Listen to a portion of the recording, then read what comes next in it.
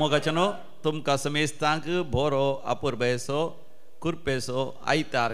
साबाताचो दीस सोमयाचो दीस हांव मागतां. सांती सेम त्रिंदादीक मान करून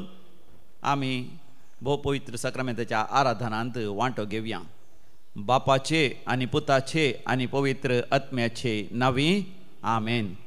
संवसाराची अखेर पर्यंत हांव तुमचे सांगाता आसतलो म्हणून तुमी उगडास दवरा.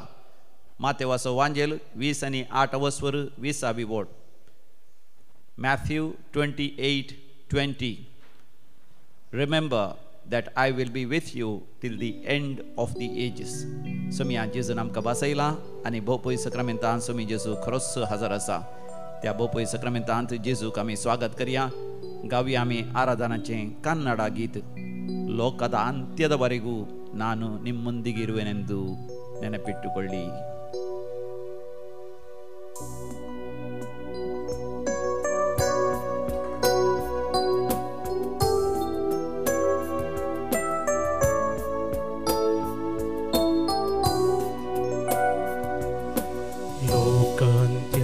ಲೋಕಾಂತ್ಯದವರೆಗೂ ಇರುವೆ ಎಂದು ನುಡಿದ ಯೇಸುವೆ ಆರಾಧನೆ ಆರಾಧನೆ ಯೇಸುವೆ ಆರಾಧನೆ.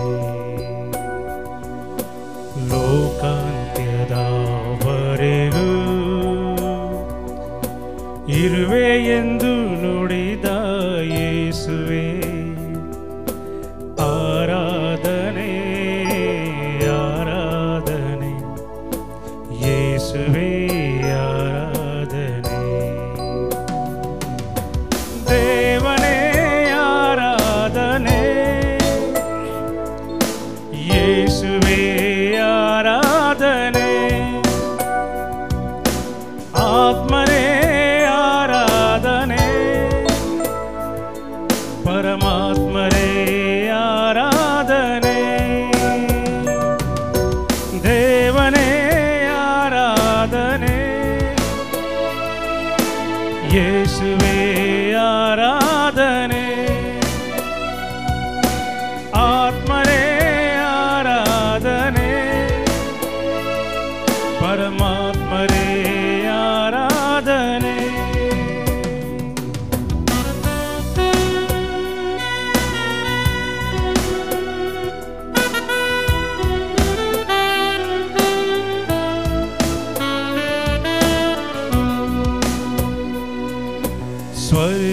ಸ್ವರ್ಗದಿಂದಿಳಿದು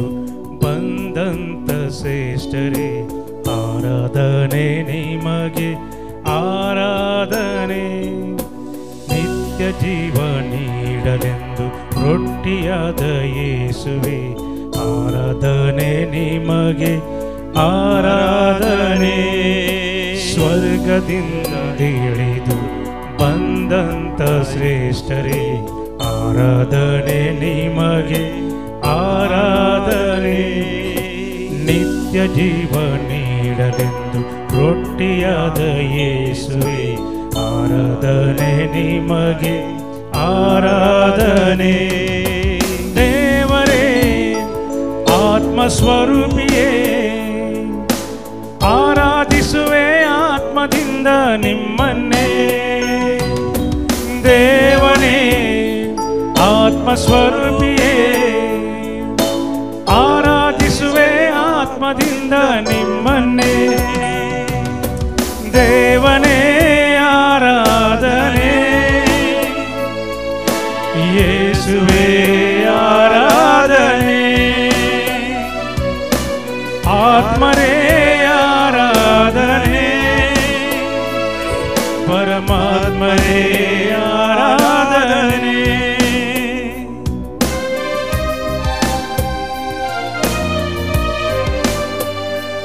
संवसाराचे अखेर पर्यंत आमच्या सांगाता आसतलो म्हणून आमकां बसयलेलो सोमी जेजू आमच्या मदेगांत ह्या भोवपळी सक्रामेंतांत हजर आसा.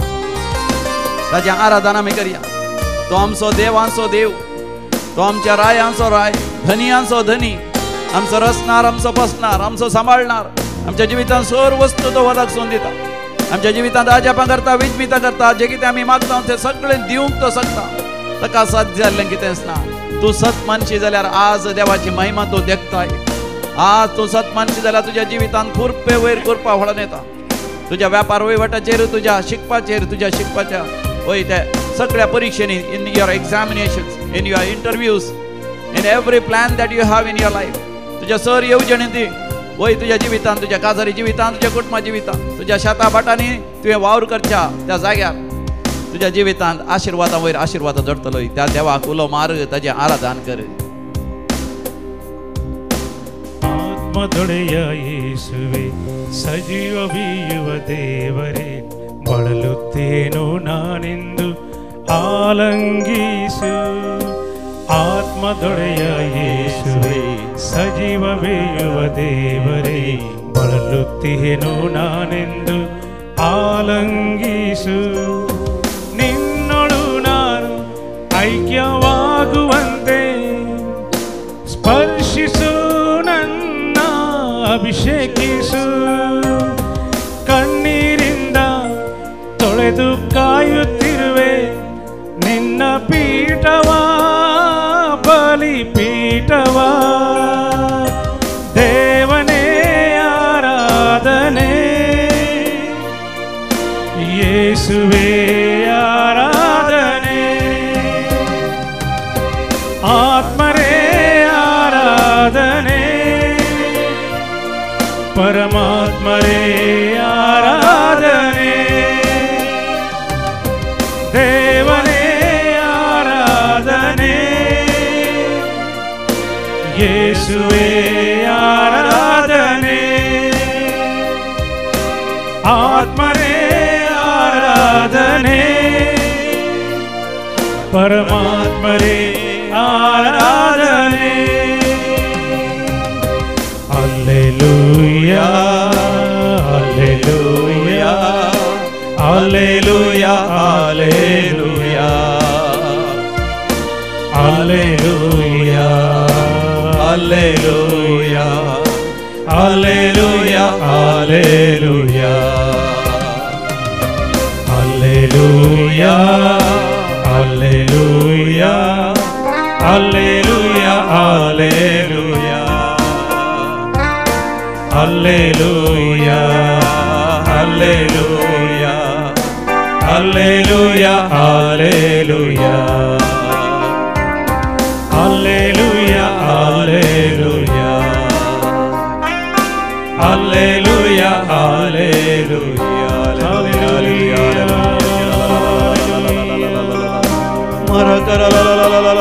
Alleluia,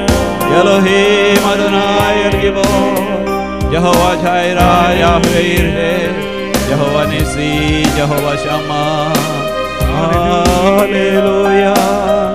Hallelujah, Hallelujah.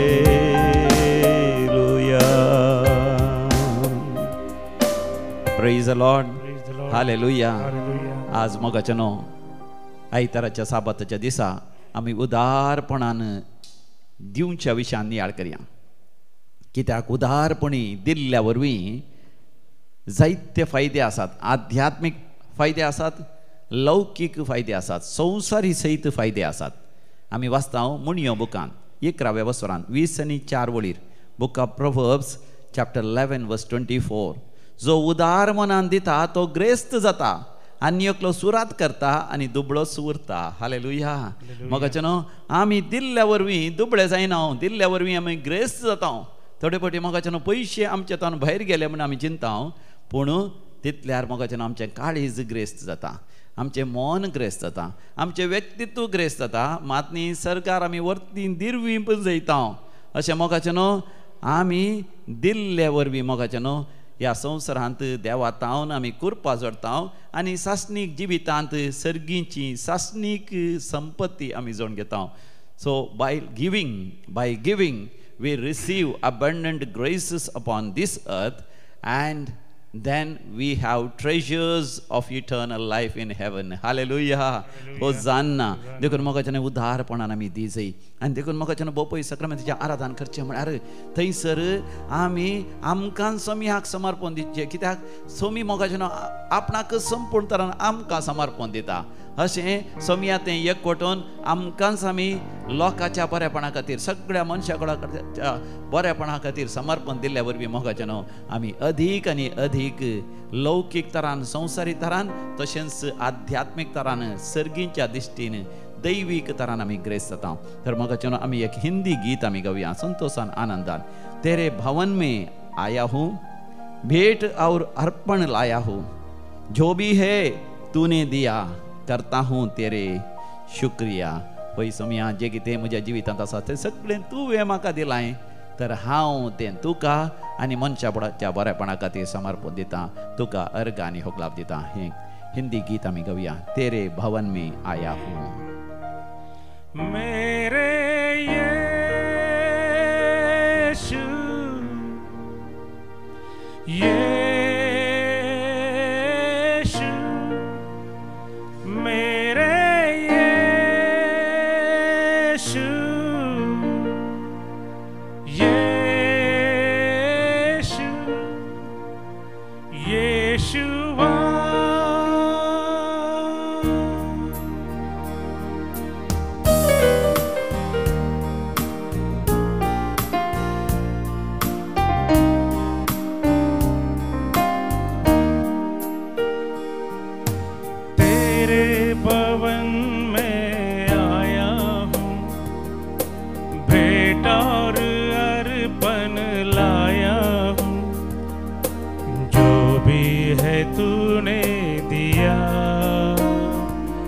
करता हूँ तेरा शुक्रिया जो भी है तूने दिया करता हूँ तेरा शुक्रिया मेरे यीशु यीशु मेरे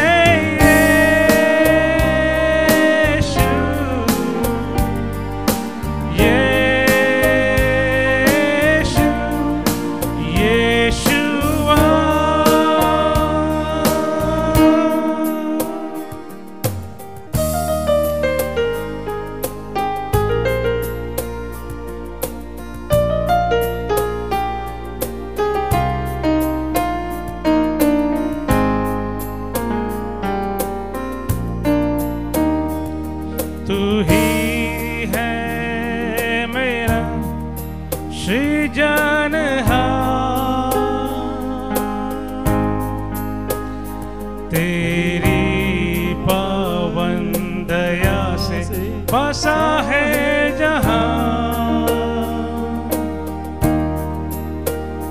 तू ही है मेरा सृजनहार तेरी पावन दया से बसा है जहां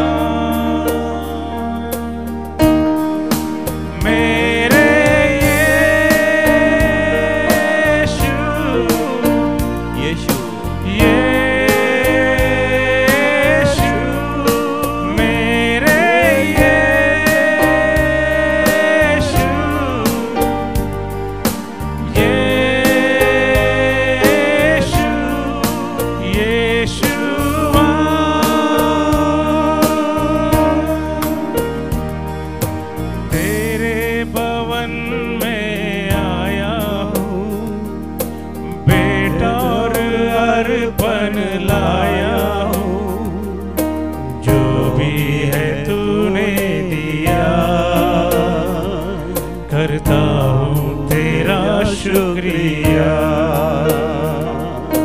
जो भी है तूने दिया करता हूँ तेरा शुक्रिया मेरे यीशु मेरे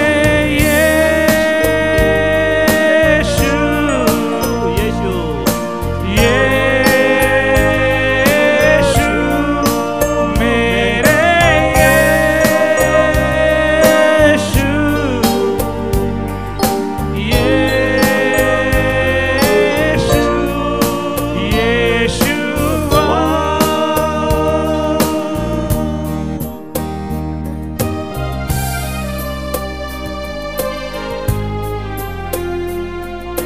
केदें व्हरतें भाग आमचें मोगाचें न्हू जेजूक आपोवचें येशू येशू येशुआ जें कितें म्हज्या जिवितांत आसा तें सगळें तुवें म्हाका दिलां तुका शुक्रिया तुका अर्गां तुका होगळाप तुका मान तुका महिमा सस्नाच्या सस्नाक वय मोगाचें न्हू जें कितें आमच्या जिवितांत आसा तें सगळें देवान आमकां दिलां आमचो आत्मो ताणें दिला आमचो जीव ताणें दिला आमची कूड माता तावन पांबऱ्यांत ताणें दिल्या तो मोगाचें न्हू आमचो मोग करता देखून ताची दया आमच्या जिवितांत आसा देखून आमच्या जिवितांत आमी स्वास घेता सोडता आनी ह्या संवसारांत सगळे आमी अनुभव करना आसा मोगाचें न्हू वय ताणें आपयतच हो संवसार सण ताच्या लागीं आमी वसोंक आसा देखून मोगाचें आमच्या जिवितांत आमी दिवंक शिकया उदार मनान दिवंक आमी शिकया देखून मोगाचें न्हू पवित्र पुस्तक तुमी उक्तां करा सिराकाचो बूक थंयसर दिवच्या विशांत कितल्या अपुर्बेन मोगाचें न्हू पवित्र पुस्तकांत सर्वेस्पोर देव आमकां विवर्शिता पडया तुमी घेया बूक ऑफ सिराक चॅप्टर 29 20 आनी 9 चॅप्टर 29 ऑफ बूक ऑफ सिराक पयली वळ तुमी वाचा थंयसर उपरांत 8व्या वळीर तावन मोगाचें न्हू आमी वाचया बूक ऑफ सिराक चॅप्टर 29 वर्सेस 1 and then 8 to 13 म्हजे उपरांत तुमी सांगा आपल्या पेल्याक रीण दिता तो आपल्या पेल्याक रीण दिता तो एक दयाळ करणी करता ताका आपल्या आदाराचो हात दिता आपल्या आदाराचो हात दिता तो आज्ञा पाळता तरी पूर्ण दुबळ्यांक सोंसणीकाय दाखय तुज्या उदारपणाची वाट पळोवन आसलेल्यांक राखून रावूंक सोडिनाका आज्ञांक पाळो दिवन गरिबांक कुमोग कर तांच्या गरजांनी तांकां रित्या हातांनी पाटी धाडिनाका तुज्या भावा वा इश्टा पासत तुजो दुडू करशी तो फातरा पंदा दवरून ताका माती कावयनाका पयल्यांच्या काळार फातरा पंदा दवरताले आज फातरा पंदा दवरनात आज खंय दवरतात लॉकरान दवरतात स्टॉक मार्केटीन दवरतात म्युच्युअल फंडान दवरतात आनी इन्वेस्टमेंट करतात आनी कितें करतात बँकान दवरतात सेविंग्स बँकांत फिक्स्ड डेपॉजिटांत या कोणायकी पयशे दिवन वय उसणे दिवन उपरांत पाटी मेळच्या बरी करतात वाडीक सयत दितात पूण मोगाचें न्हू देवाचें उतर कितें म्हणटा तुज्या भावा वा इश्टा पासो तुजो दुडू करशी तो फातरा बंदा दवरून ताका माती खावयनाका कितलेशे जाण मोगाचें न्हू करोडांनी पयशे बँकान दवरन ते मरण पावल्यात आनी आतां तांचे पयशे कोणाक वेतात थोडे फावटी ते सरकाराक वेतात आनी थोडे फावटी ते बँकाचेच खावन घालतात आनी थोडे फावटी भुरगीं वायट साली वचून ते दुडू वायटाक वापरतात देखून मुंदरसून 11वी वळ अशें म्हणटा महोन्नताच्या आदेशा प्रमाणे तुझ्या संपत्तीचो उपयोग कर हे तुका भांगारा प्रास चड फायद्याचे तुझ्या कोठारांत दान धर्म बरोवन दवर पळया मोगाचें देवाचें उतर कितें म्हणटा तुज्या लॉकरांत भांगार रुपें वस्त्रां मोलादीक ते युरोस या कितें डॉलर्स या आनी कितें मोतयां आनी कितें स्फटिकां जॅस्पर्स या आनी कितें सफायर विविध तरांचे मोलादीक फातरू या कितें व्हडले व्हडले वस्तू आस्ती बदिकाचे पेपरां तुज्या फ्लॅटांची जाग्यांची आनी कितें एफडीचे रिसिट्स हें सगळें भरून दवरचें प्रास कितें कर तुज्या कोठारांत दान धर्म भरून दवर उदारपणान दान धर्म दी आनी तें दान धर्म तुजें दिरवें आनी देवाचें उतर म्हणटा तें तुका सोर विघ्नांतले राखतलें म्हणा तें तुमकां सोर विघ्नांतले राखतलें घट्ट डाली वा जड भाल्या प्रास बऱ्या तरान तें तुज्या दुस्मना विरोध झुजतलें हालेलुया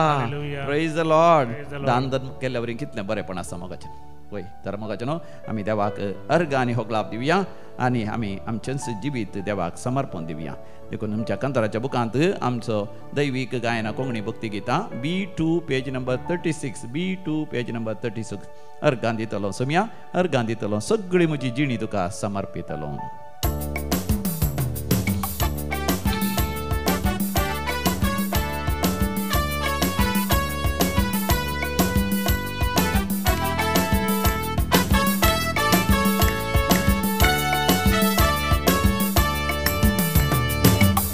दितलो सोमिया करगा दितलो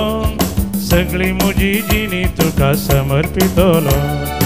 अर्गां दितलो सोमिया कर्गां दितलो सगळी म्हजी जिणी तुका समर्पितलो तुका स्वागत करतलो काळजां तुका घेतलो तुका स्वागत करतलो काळजां तुका घेतलो तुजो म्हजो राय म्हाका जाय म्हणटलो आनी अर्गां दितलो सोमियाक अर्गां दितलो सगळी म्हजी जिणी तुका समर्पितलो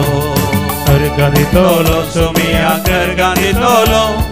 सगळी म्हजी जिणी तुका समर्पितलो सोमियाचो हात धरून आमी चलया तुज्या हाताक धरून म्हजे मेट काडटलो तुजें नांव सदांच म्हज्या वंटार घासतलो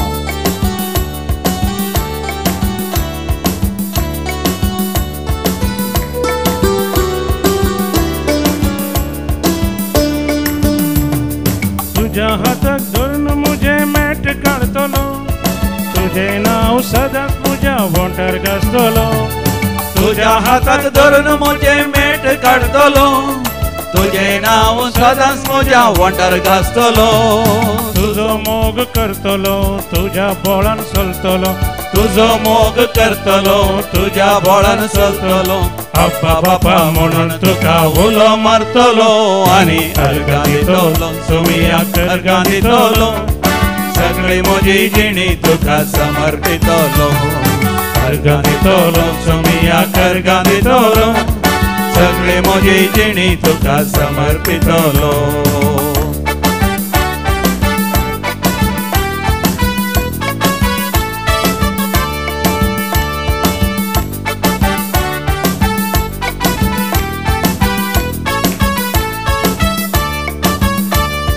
हरी एक म्हज्या गरजा तुझ्या पाया पडतलो उपकार मेळटास तुका अर्गां दितलो हरी एक म्हज्या गरजा तुझ्या पाया पडतलो उपकार मेळटास तुका हांव अर्गां दितलो पातकांत हांव पडटना जेजू म्हणून रडतलो पातकांत हांव पडटना जेजू म्हणून रडतलो पातकी जिणी साडून तुजो आदार मागतलो आनी अर्गां दितलो सोमियाक अर्गां दितलो सगळी म्हजी जिणी तुका समर्पितलो अर्गां दितलो सोमियाक अर्गां दितलो सगळी म्हजी जिणी तुका समर्पितलो तुका स्वागत करतलो काळजां तुका घेतलो तुका स्वागत करतलो काळजां तुका घेतलो तुजो म्हजो राय म्हाका जाय म्हणटलो आनी अर्गां दितलो सोमियाक अर्गां दितलो सगळी म्हजी जिणी तुका समर्पितलो अर्गां दितलो सोमियाक अर्गां दितलो सगळी म्हजी जिणी तुका समर्पितलो हालेलुया हाले हालेलुया हालेलुया हाले हालेलुया हालेलुया हाले हालेलुया हालेलुया हाले हालेलुया हालेलुया हाले hallelujah hallelujah hallelujah hallelujah hallelujah hallelujah अर्गां तुका जय जय अर्गां तुका बोध तुका महिमा तुका म्हज्या देवा म्हज्या राया म्हज्या सडवणकरा अर्गां होगळा तुका ससनाच्या ससना महिमा तुका हालेलुया हालेलुया हालेलुया शरालालालालालालालालाला हालेलुया अर्गां जेजू होगळा जेजू जय जय जेजू स्तुती जेजू आराधना जेजू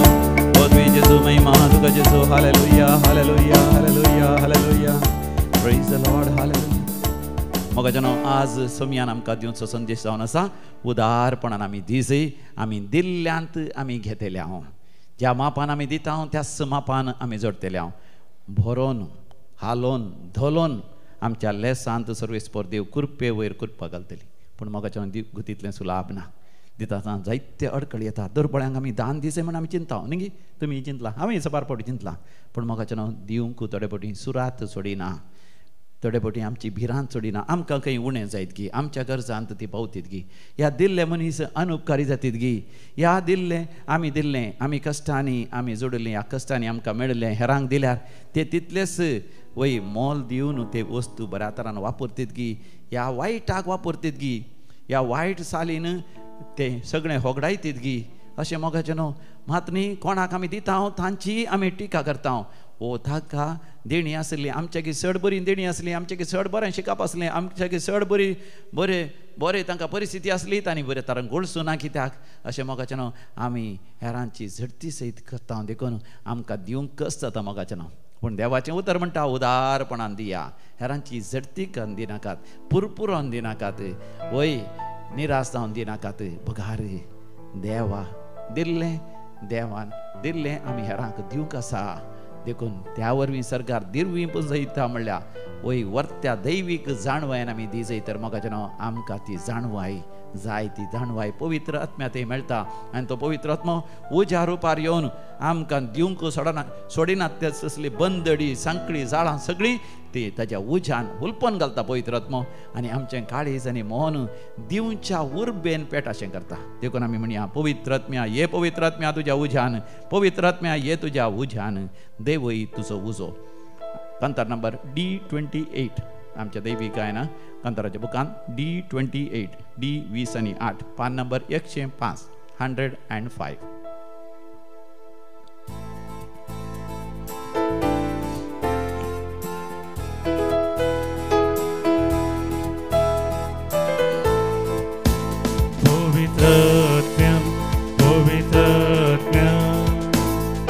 ये तुझा पूजा पवित्र आत्म्या, पवित्र आत्म्या ये तुझा पूजा, पवित्र आत्म्या ये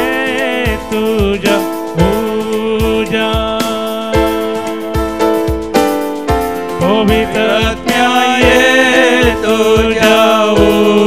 पूजा, पवित्र आत्म्या देवोय तुजो उजो, ये पवित्र आत्म्या देवोय तुजो उजो, देवोय तुजो उजो, देवोय तुजो उजो.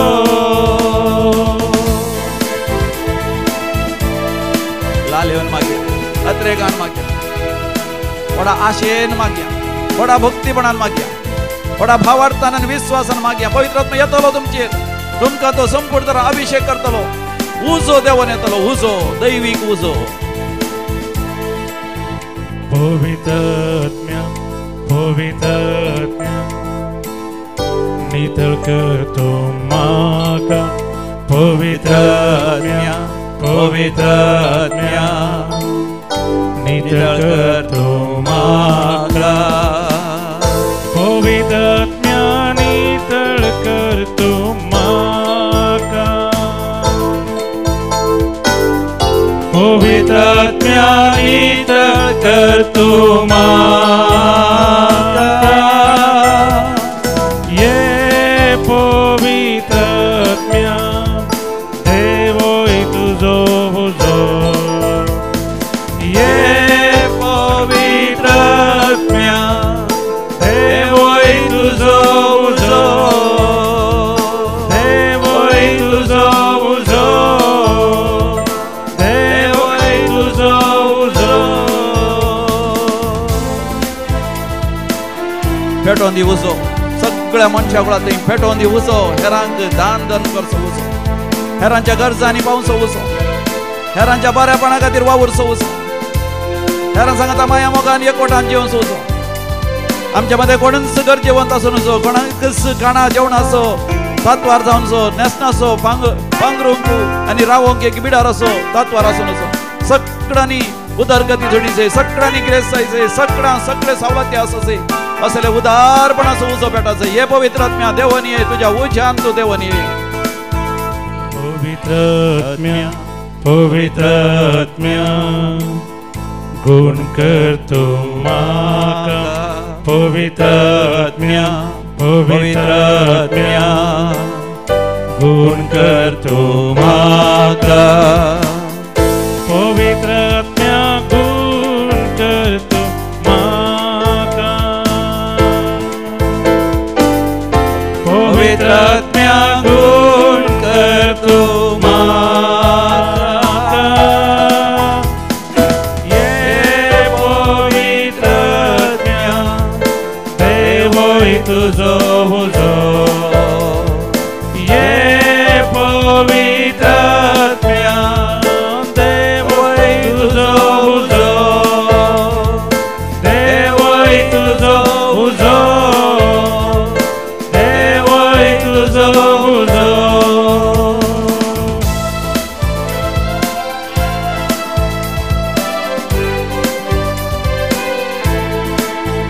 पवित्र आत्म्या पवित्र आत्म्या पवित्र तू माता पवित्र आत्म्या पवित्र आत्म्या पवित्र तू माता पवित्र आत्म्या पवित्र तू माता पवित्र आत्म्या पवित्र तू माता ये पवित्र आत्म्या देवय तुझो उजो ये पवित्र आत्म्या देवय तुझो उजो देवय तुझो उजो देवय तुझो उजो देवय तुझो उजो देवय तुझो उजो hallelujah hallelujah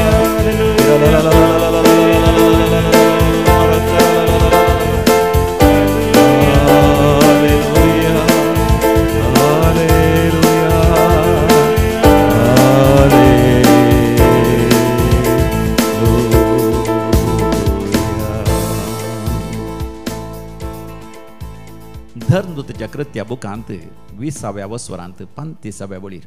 Acts of the Apostles chapter 20 verse 35 देवाचें उतर साम पावला मारिफात आमकां मेळटा घेवच्या फ्रास दिवच्यांत चड दादोसकाय आसा घेवच्या प्रास आपणाच्या प्रास आपणाक जमो करून दवरन तें लिपोवन दवरन पूर्ण दवरन या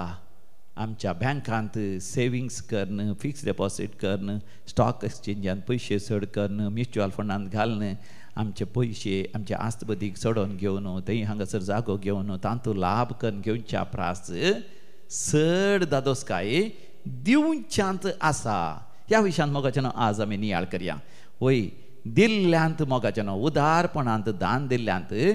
ह्या संवसारांत सर्वेस्पोर देव आमकां कुरपे वयर कुरपा दितलो आनी येवच्या त्या संवसारांत तो आमकां दैवीक सासनाक बाळची दिरवी आनी संपत्ती दितलो हालेलुया मोगाचें COVID-19 लॉकडावना वेळार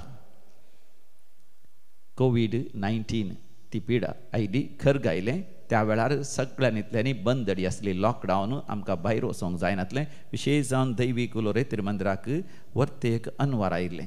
आमकां भायर वचोंक जायना भायल्या लोकांक हांगासर येवंक जायना हांगासर लोक येना जाल्यार न्हयच हांगासर रेतीर चलनात हांगासर आमच्या खर्चा बाबतींनी आमकां कांय इल्लें दान धर्म ह्या काणीक सयत मेळनासली त्या वेळार आनी त्या वेळार आमकां कोणाय लागीं उलोवंक या सांगूंक सयत जायनासलें आनी हांगासर काणा वरवीची आमकां गरज आसली मात न्ही आमकां त्या दिसांनी आर्थीक अडचणी सयत आसली त्या वेळार एका भावान आमकां फोन करून विचारलें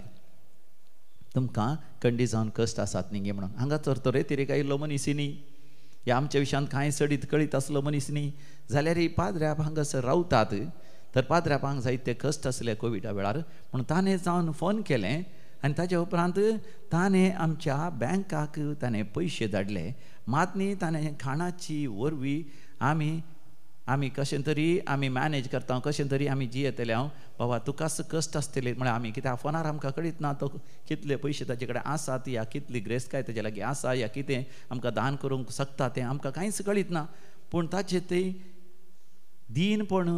लीनपण आनी तें खालतेपण सादेपण आनी भक्तीपण सगळें पळयलें देखून तोच दुबळो जाल्यार ताणें आमकां दान दिवन ताका कांय कश्टान ताणें पडों नजो म्हणून आमी कांय दिना जाल्यार व्हडणी म्हळ्यार ताणें आमच्या बँकाक जायते दुडू घालो आमी चिंतून येतलो तितलो दुडू आमकां गरजे जाय तितलो दुडू ताणें घालो मात न्ही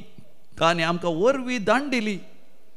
विविध ट्रान्सपोर्टेशनचे मुखांतर कित्याक तो हांगा गांवांत ना, दुसऱ्या शहरांत आसा, ताकाय हांगासर येवंक जायना. ताणें वरवीं दान दिली आनी म्हाका न्हू हांवें ताका विचारलें उपरांत तुवें इतले फावटी आमकां वरवीं दान दिली, ताजे उपरांत आमकां देवान आशिर्वाद घालो, तुवें वरवीं दान धाडल्या उपरांत देवान आमकां विविध तरान विविध मनशां मुखांतर आमकां सर आमच्या गरजांनी देव पावलो. आनी आमकां तुवें कांय दिवची गरज ना जाल्यार तुवें आमकां इतलें दिलें, कोणेंय दिनातलें तितलें दिलें, आमची वळख ना जाल्यार तुवें दिलें, कित्याक तुवें अशें केलें म्हणून विचारता आसतना तो म्हणलो फादर हांव एक दुर्बळो जावन आसलो, हांव एक दुर्बळो भुरगो जावन आसलो, हांव गांवांत ल्हान व्हड जाल्लो, जायतीं भुरगीं म्हज्या आवय बापायक आमी व्हड दुर्बळकायेंत खावंक जेवंक नासलें, समान न्हेसोंक पावंक नासलें. आनी तसो म्हणटा आमी काश्टी न्हेसताले हांव ल्हान आसतना, एक small loin cloth around our waist, that's all we had, nothing else. आमी केवल इल्ले पेज जेवताले हांव, थोडे फावटी नुस्तें सयत आसनातलें, आमी नारळाचें तेल त्या शितांत घालून भरसून आमी जेवताले. थोडे फावटी केवल लोणचें हांव जेवताले, मात न्ही सुकी मासली भाजून ताजो परंबळ मात काडून घेवन खावंक सयत फावनातली. सकाळीं एक ल्हानशी सुकी मासली हाडल्यार ताजो परंबळ काडून घेवन आमी हांगासर शीत जेवताले. हांव तसले कश्ट आमकां आसले. इस्कालांत फीस आसले केवल 2 रुपये 1 रुपये ते सयत दिवंक म्हज्या आवय बापाय जायनातलें. पूण त्या वेळार आमच्या फिरगसच्या विकारांनी आमकां कुमोक केल्ली. तशें आमी शिकले. हांव SVP विन्सेंट डी पावला सोसायटींतल्यान आमकां कुमोक मेळ्ळी. CODP म्हण आसा मँगलोरांत, तांच्या मुखार आमच्या कुटुंबाक कुमोक मेळ्ळी. देखून म्हजे भाव भयणी हांवूय शिकलो आनी आमी बऱ्या फुडारा पावल्या. विविध गांवांक आमी गेल्या आनी जाय तितलें आमी जोडलां. आतां देवान म्हाका जायत परतें दिलां. आतां हांव दान धर्म करता आसतना एक विशेष संतोश, विशेष तृप्ती, दादोसकाय अनुभव करना आसा. Praise the lord, hallelujah. म्हाका न्हू दिल्ल्यांत वर्ती दादोसकाय आसा म्हण पयत पुस्तकांत वाचलें. हो भाव उलयता आसतना आनी ताच्या काळजांत ताच्या मनांत आसलो संतोश ताच्या उतरांनी तो व्यक्त करता आसतना म्हाका कळ्ळें. ल्हान आसतना आमी जायते दुर्बळकायेंत आसल्या. पूण म्हजी व्हडली माय म्हणटली घरांत कोणीय आयल्यार तांकां जेवी नासतना धाडून वचप. आमच्या घरांत थोडे फावटी कांय आसनातलें, कित्याक आमचे गाद्या बेसायचें घर जायतीं जाणां कामां घरां येतालीं. कितलें आसल्यार खाली जाल्यार घरा कोणीय आयल्यार ना म्हणनातलें हांव. नातल्यार आमी आसा म्हण सांगून वेगळी वेगळी उजो करन ते भशेन आमी शीत करन या पेज करन कितें तरी आमच्या तोटांत आमच्या शेतांत आसली तरकारी हाण वेगळी वेगळी रांदून, कांय न्ही जाल्यार नारळाची चटणी, आंब्याची चटणी गी, या कसली वय मासली वेगळी वेगळी ताळ्यान तावन धਰਨ हाणगी रांदून आमी धाडटले. थोडे फावटी वळख नासले लोक आमच्या घरांत आनी पाशार जाताल्यांक की मोगाचें नांव आमी जेवण दितले. अशें मोगाचें न्हू म्हज्या मालकड्यांतय हांवें पळयलां. उदारपणान दिल्ल्या वरवीं कितलो संतोश जाता. आमच्या क्रिस्तांवपणाचें काळीज जावन आसा मोगाचें न्हू दिवचें. Yes, giving generously is the heart of Christianity. क्रिस्तांव भावार्थाचें काळीजच उदारपणान दिवचें जावन आसा. कित्याक देवच दिवचो देव जावन आसा मोगाचें. आमी खऱ्या नीज जिवंत देवाचें आराधन करता. तो देव आपणाकच आमकां संपूर्ण तरान दिता. दिल्ल्या वरवीं मोगाचें न्हू आमी हेरांक आशिर्वादीत करता. बुकेल्या मनशाक दिल्ल्या वरी ताचें पोट भरता आसतना, ताका इल्ली ताची पुरासण पयसरता आसतना, ताच्या कुडीन बोळ येता आसतना आमी ताका आशिर्वाद दिल्ल्या बरी. मात न्ही सर्गार मोगाचें न्हू आमी दिरवीं पुंज येयल्या बरी. मोगाचें न्हू आमी न्हयच पवित्रपणांत देवतपणांत आमी वाडटले. हांव मोगाचें न्हू सर्गार आमी चड आनी चड ग्रेस्त जातले. हांव आनी दिल्ल्या वरवीं मोगाचें न्हू जायते फायदे आसात. पयलो फायदो जावन आसा आमी देवाच्याच सैमांत भागीदार जाता. जो हांव सवांजेल 3 वसर 16वी वळ म्हणटा, जॉन चॅप्टर 3:16. देवान मनशा कडेन इतलोय मोग केलो गीत आनी आपणाच्या एकल्याच पुताक ताणें दिलो. आपणाकच ताणें ताच्या पुता थंय ताणें दिलो. तर आमी दिल्ल्या वरवीं त्या देवपणांत मोगाचें न्हू आमी वांटेली जाता. देवान आमकां ताच्या देवपणांत आनी ताणें आमकां मनशापणांत रचलां. आमी कितले आमी दिता तितले आमी आमच्या मनशा सैमाचेर जैत व्हरून देवपणांत आमी वांटेली जाता. दुसरें, आमी दिल्ल्या वरवीं मोगाचें आमकां संतोश, दादोसकाय, संतृप्ती मेळटा. धर्मदूताची कृत्यां बूक 20 वसर 30 आनी 5 Acts of the Apostles chapter 20:35 म्हणटा, there is more joy in giving than इन रिसिवींग. देखून मोगाचें न्हू ल्हान म्हाका व्हड जाता आसतना कळ्ळें की म्हजें ब्लड O नेगेटीव म्हण ते सेमिनरी गेले आपण. O नेगेटीव बारी रॅर ग्रूप. देखून हांव सेमिनरीत आसतना विशेश जावन हांव पुना आसतना इंदोर आसतना खंय आस्पत्रेंत हार्टाची सर्जरी जाता. तांकां रक्ताची गरज पडटा आनी ओ नेगेटीव आसल्यार त्या पेशंटाची सर्जरी करच्या पयलें ओ नेगेटीव ब्लड ग्रूप कोणा लागीं आसा तें रगत मेळ्ळ्या उपरांतच सर्जरी करतले आनी कोणी डिलिव्हरीची स्त्री आसा हे गर्भस्तीन आसा तिजे ओ नेगेटीव ब्लड जाल्यार पयलें रगत आसा गे म्हण तांणी श्युअर करिचें देखून म्हाका म्हजें नांव सगळ्या आस्पत्र्यांनी थंयसर आसलें पयलें देखून म्हाका फोन येतालें रगत जायचें म्हण 3 म्हयन्याक एवढी हांवें परतून हांवें रगत दिलां कितलेशें आनी रगत दिल्या वरी म्हाका संतोश कित्या उपरांत थोड्यांनी म्हणलें आसा फादर त्या डिलिव्हरी वेळार म्हाका इतलें कस जालें आनी म्हाका वय डिलिव्हरीस ते सर्जरी करिना म्हणलें डॉक्टरान कित्याक म्हजें ओ नेगेटीव ब्लड मेळना जाल्यार तुमी रगत दिल्ल्यान म्हजें भुरगें वाचलें हांव वाचलें क्रिस्तांवांनी मात न्ही क्रिस्तांव न्हय आसल्यांनी हिंदुवांनी मुस्लिमांनी आनी फार्श्यांनी विविध धर्माच्या लोकांक हांवें रगत दिल्ल्या वरी मोगाचें न्हू तांचे थंय रक्ताचो संबंद म्हजें थंय आसा जाला आनी दिल्लो मोगाचें न्हू संतोश तें रगत आनी म्हाका प्राय जाल्या उपरांत रगत दिवंक जायना तरणाट्या प्रायर देवान दिल्लें रगत आनी हांवें हेरांक वांटचें भाग म्हाका फाव जालें तिसरें जावन आसा मोगाचें न्हू दिल्ल्या वरवीं आमी ग्रेस्त जाता लुकास एवांजेल 6:30 आनी 8 Luke chapter 6:38 give and it will be given to you कितल्या मापान आमी दिता मोगाचें तितल्या मापान देव आमच्या जिवितांत आमकां दितलो देखून कोरिंथकारां बरयल्या दुसऱ्या पत्रांत 9:8 वडीर 2 Corinthians chapter 9:8 म्हणटा वय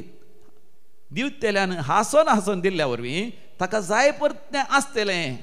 मात न्ही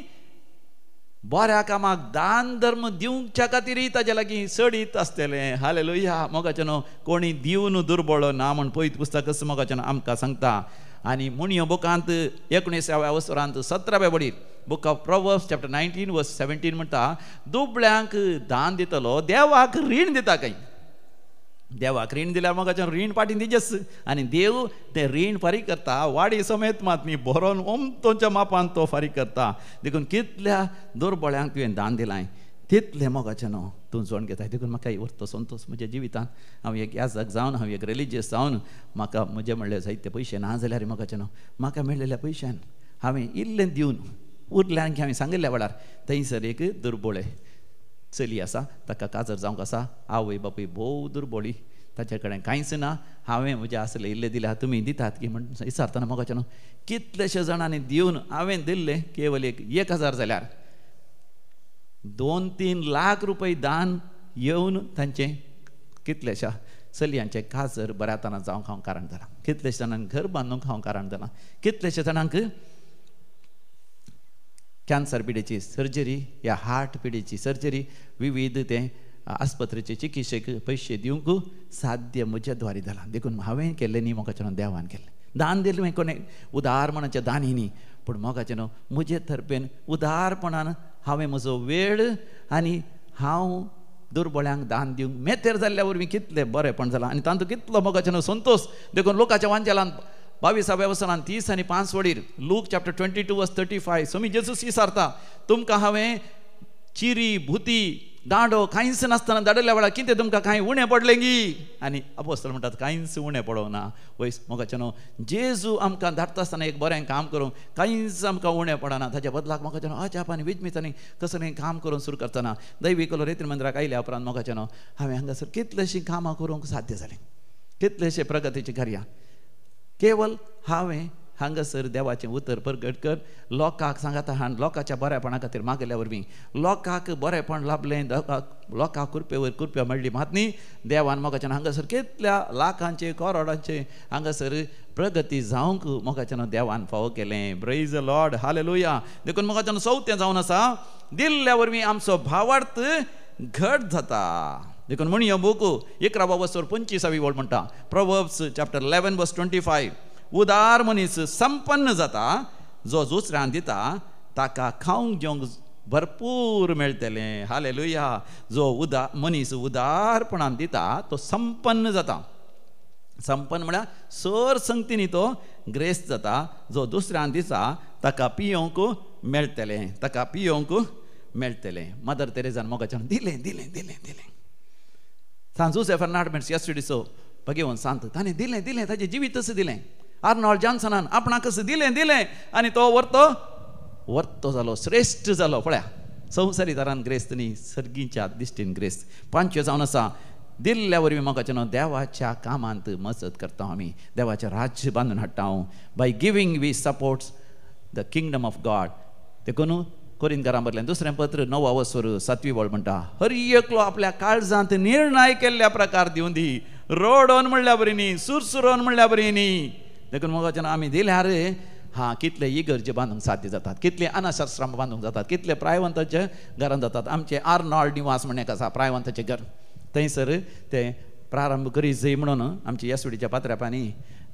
तांणी एक निर्णय घेतलो पूण पयशे खंय जावन येताले मोगाच्यान हांवें केवल भोव पयस सक्रामेंता मुखार मागलें हांगासर तर दिता आसतना हें हांवें सांगता आसतना मोगाच्यान पयल्याच हांवें सांगलें तुमच्या लागीं पयशे ना जाल्यार कोणूय दिवचे नाका पूण देव उदार मनाच्या दानी दिवच्या बरी आमी मागया म्हणून मोगाच्यान सवकास दान आयले थोड्यांनी 500 थोड्यांनी 200 थोड्यांनी 1000 थोड्यांनी 2000 मोगाच्यान आमकां लागभग 2 ते 3 करोडाचें ते प्रायवंताचें घर थंयसर बांदूंक आनी थंयसर कितलेशा प्रायवंताची सेवा करूंक आमकां साध्य जालें प्रेज द लॉर्ड हालेलुया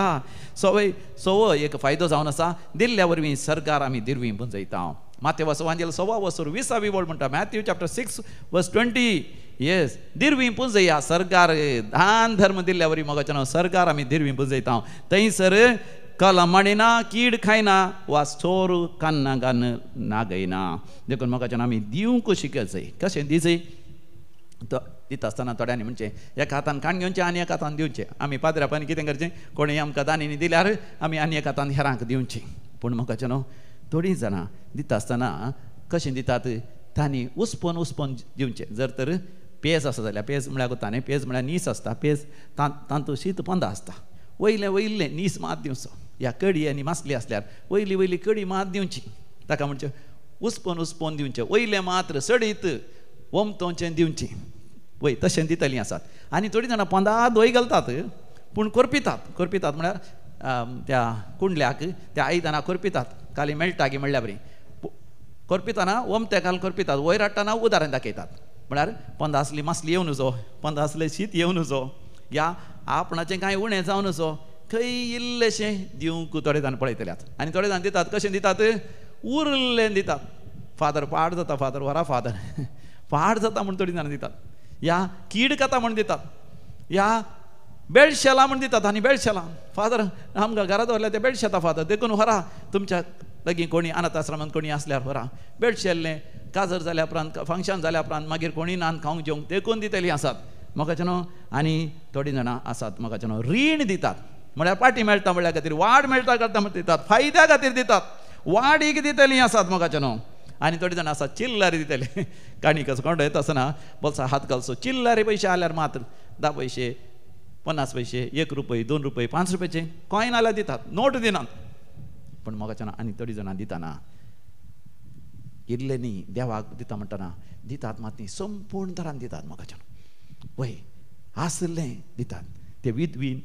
तिच्या लागीं आसले 2 तांब्याचे ते नाणी तें सयत तिणें दिलें आसलें सगळें दिलें जेजून तें बरें करून पळयलें देव मोगाच्यान हांवें तुवें कशें दिता हांव कितें पळयता पोरण्या तेस्तामेंतांत देवान आमकां म्हळां दशमांश दिसय म्हण थोडीं जाण म्हणटात फादर आमी दशमांश दिसय गी हांवें म्हणचें तूं पोरण्या तेस्तामेंतांत आसाय की नव्या तेस्तामेंतांत आसाय तांणी म्हणजे आमी आतां नव्या तेस्तामेंतांत आसा पोरण्या तेस्तामेंतांत दशमांश दिसय दिना जाल्यार तुका शिराप पडटा दिना जाल्यार तुज्या पातकाची शिक्षा आसा पोरण्या तेस्तामेंतांत नव्या तेस्तामेंतांत येता आसतना तुवें पातकाची शिक्षा सुकोवच्या खातीर दिवचें न्ही तुवें जशें देवान आपणाक संपूर्ण तरान दिलां तुवें खंयच्याय एका बऱ्या कामाक संपूर्ण तरान दिसय वय दिता आसतना तुजी जाणवाय वापून गरजांक कितले गरज आसा त्या इगर्जीक त्या अनाथ आश्रमाक त्या हरेतेर मंदिराक कितले गरज आसा तुजे वरवीं कितें दिवंक जाता तें तुवें दिवचें वय एक कायदो म्हणल्या खातीर न्ही पुरपुरोन रोडोन म्हणल्या बरी न्ही हास्त्या तोंडान तुवें दिसय वय मदर तेरेसान तिचें जिवीत दिल्ल्या बरें दिसय आपणाकच तुवें दिसय त्या कामाक त्या वावराक त्या एका बऱ्या कामा खातीर आनी सरकार तुका वर्तो प्रतिफळ आसतलो तर मोगाच्यान खंडीत जावन पळयत पुस्तक म्हणटा तुवें दिल्ल्या वरवीं तुजे घाय गूण जातले तुजी पिडा गूण जातली तुका बरें काम मेळटलें तुज्या कामाच्या जाग्यार प्रमोशन मेळटलें कितले जाणांनी साक्ष दिल्या प्रमोशन मेळटलें तुज्या वेपार वयवटांत आनीक चड लाभ मेळटलो तूं ग्रेस्त जातलोय तर मोगाच्यान आमी आमकांच दिता आसतना देव उदारपणी आमचेर आशिर्वाद घालता देखून आमी म्हणया जेजू हांव तुज्या मोगाक आशेतां सगळ्या काळजान तुजो मोग हांव म्हाकाच तुका समर्पण दितां E26 page number 122 page number 122 him number E26 E20 आनी 6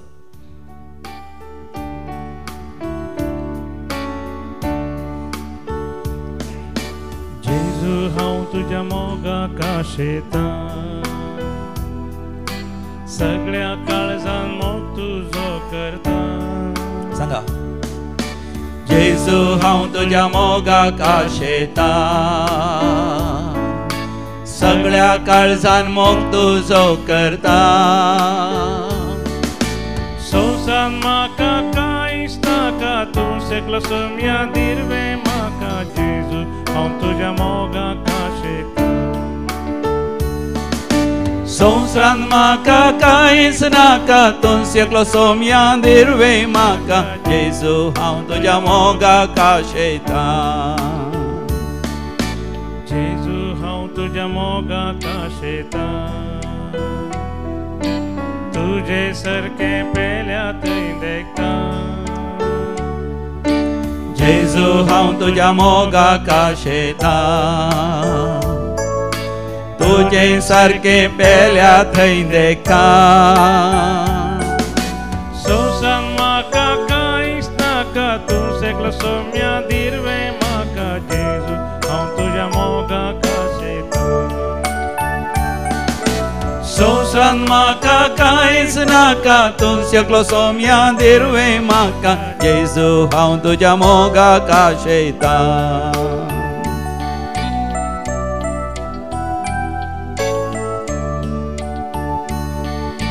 जेजू हांव तुजे थंय जियेता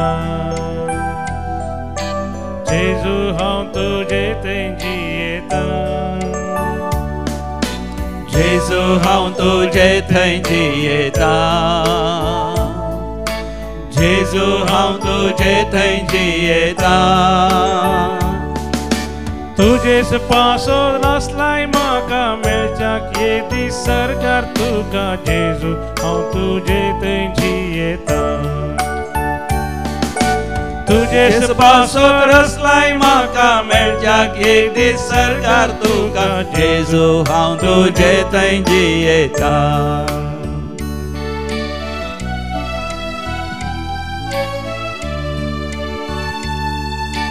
व्हरतो तुवें मोग मुजो केलो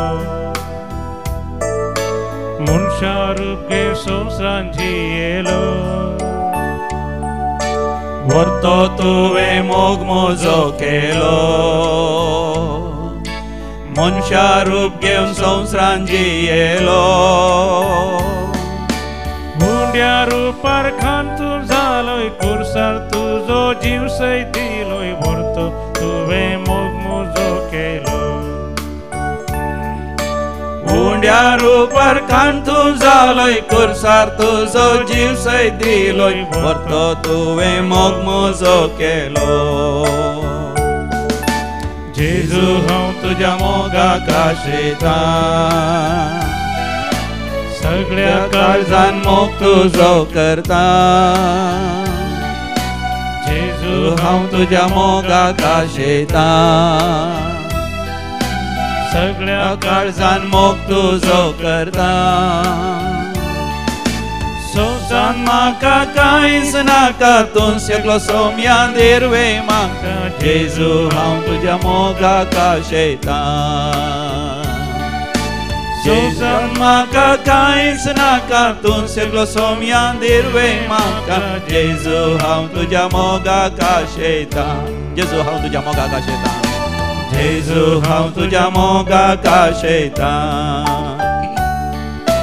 जेजू हांव तुज्या मोगाक आशेता पळय मोगाच्या जेजूच्या मोगान बरोवन उदारपणान सगळ्या मनशा कुळा खातीर आमी मागया अमेरिकान थंयसर उजो पेटला उजो पेटोवन 10,000ची चड घरां देसवाड जाल्यान आनी जायत्या जाणांचे धन दिरवें तांणी होगडायलां जायतीं घरां हुलपोवन गेल्यांत जायते बरे बरे संगती तांणी बांदिल्ले संगती तांचे होगडायल्यात मोगाच्या मनशां होगडायलां जायते जण मरण पावल्यात आनी वेचे वाटो रस्ते ब्रिजां आनी जायते मनजाती सुकणी सावजां मरण पावल्या जायते रुखाड आनी ते अपुर्बेचें रान वनस्पती सगळी नास जाल्या तांच्या खातीर आमी मागया मागया मोगाच्या काळजांत युक्रेन आनी रशियाचें झूज रावच्या खातीर आमी मागया त्या नॉर्थ कोरिया आनी जायत्या राष्ट्रांनी क्रिस्तांवांक दगदोणी आसा